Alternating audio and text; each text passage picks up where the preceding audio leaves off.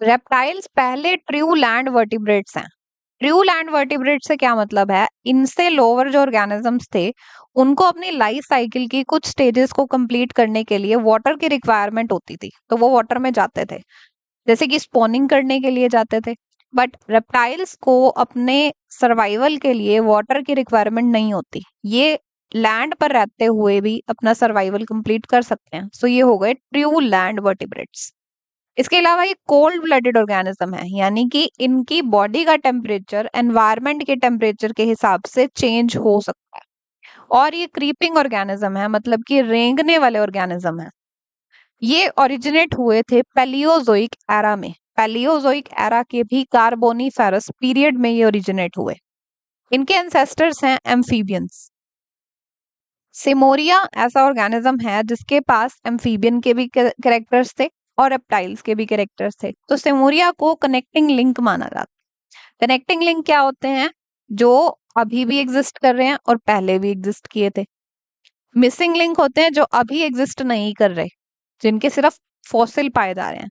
तो ये अभी एग्जिस्ट कर रहा है, इसलिए कनेक्टिंग लिंक बोला इसे। कनेक्ट भी कर रहा है दो डिफरेंट क्लासेस के ऑर्गेनिज्म को, और अभी एग्जिस्ट भी कर रहा है, मतलब कि कनेक्टिंग लिंक है ये।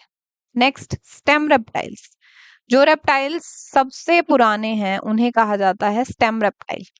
ये बिलोंग करते हैं ऑर्डर कोटिलोसोरिया को एंड सब क्लास एनाप्सिडा को।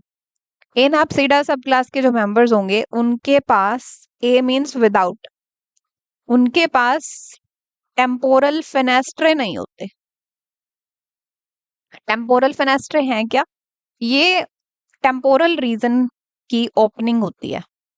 जो स्कल है, ये मान लीजिए रेप्टाइल की स्कल है, स्कल के टेम्पोरल रीजन की जो ओपनिंग होती है उसे टेम्पोरल फेनेस्ट्रे बोलते हैं। तो कुछ एक ऑर्गेनिज्म में ये प्रेजेंट होती है, जिनमें नहीं होती उनको बोलते हैं एनाप्सिड। अब जिनमें होती है, जैसे कि मान लीजिए ये एक ओपनिंग है स्कल के एक साइड पर और ये दूसरी ओपनिंग मान लीजिए, डिप्रेशन एक तरह से कह सकते हैं। तो ये हो गया टेम्पोरल फेनेस्ट्रा और ये टेम्पोरल फेनेस्ट्रा। तो अब देखिए स्कल के दोनों साइड पर, एक साइड पर एक, दूसरी साइड पर दूसरी, तो लेटरल साइड पर एक एक टेम्पोरल फेनेस्ट्रा प्रेजेंट है। इस तरह के ऑर्गेनिज्म जिनमें ये temporal fenestra, single temporal fenestra present होता है सिंगल साइड पर, इसे बोलते हैं सिनैप्सिड्स, और या फिर क्लास, सब क्लास सिनैप्सीडा। कुछ ऐसे भी होते हैं जिनके पास स्कल के एक साइड में दो ओपनिंग होती हैं टेम्पोरल रीजन की, यानी कि दो टेम्पोरल फेनेस्ट्रे होते हैं, उन्हें बोला जाता है डायएप्सिडा। तो अब आपको क्लियर हो गया होगा एनैप्सिडा कौन है, साइनैप्सिडा कौन है और डायएप्सिडा कौन है।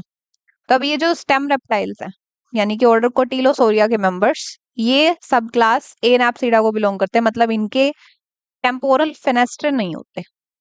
एक्सटिंक्ट रेप्टाइल्स देख लीजिए अब। कोटिलोसोर्स, यानी कि स्टेम रेप्टाइल जो सबसे पुराने रेप्टाइल हैं, ये अब एक्सटिंक्ट हो चुके हैं। इसके अलावा थेराप्सिड्स। थेराप्सिड्स ऐसे रेप्टाइल हैं जो कि मैमल्स जैसे दिखाई देते थे।